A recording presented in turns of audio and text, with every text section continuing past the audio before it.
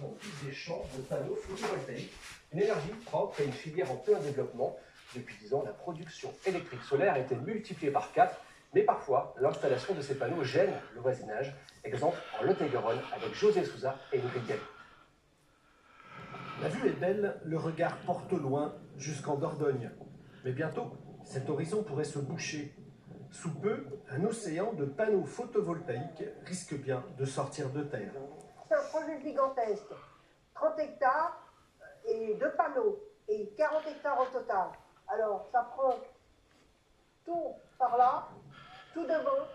Pascal et Michel ont acheté la maison en 2010 pour y couler des jours heureux. On avait ce projet de vie pour nos enfants, nos petits-enfants. Nous, notre but, c'était de pouvoir faire notre retraite paisible.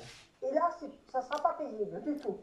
Ils ont stoppé les travaux de rénovation et consacrent leur temps et leur argent à tenter de stopper le projet. Dossier, avocats, pétition, ils ne baissent pas les bras, mais c'est une impression d'impuissance qui domine. C'est pas suffisamment encadré, ils ont trop de liberté à faire ce qu'ils veulent et où ils veulent. Et les gens subissent, voilà. À Samazan, pour les propriétaires de ce pavillon, le mal est fait. 2 ombrières au cœur du village sont venues gâcher la vue depuis la piscine. Les propriétaires affectés par la situation n'ont pas souhaité s'exprimer. Ils tentent de trouver une solution avec la mairie.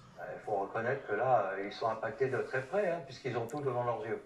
Ah oui, je sais pas, j'ai pas d'explication, je trouve pas de logique. La commune compte déjà un parc d'agrivoltaïsme de 12 hectares et un nouveau projet de 24 hectares semble bien se profiler.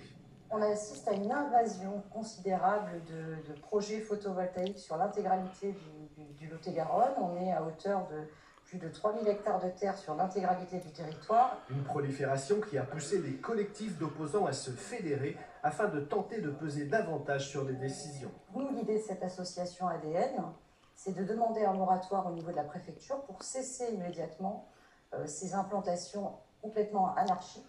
Des projets qui surgissent ici pour renaître ailleurs en fonction des opportunités et de l'opposition suscitée. En juin 2023, il y en avait 70 en Lot-et-Garonne. Aujourd'hui, on en compte plus de 140. On le sait, le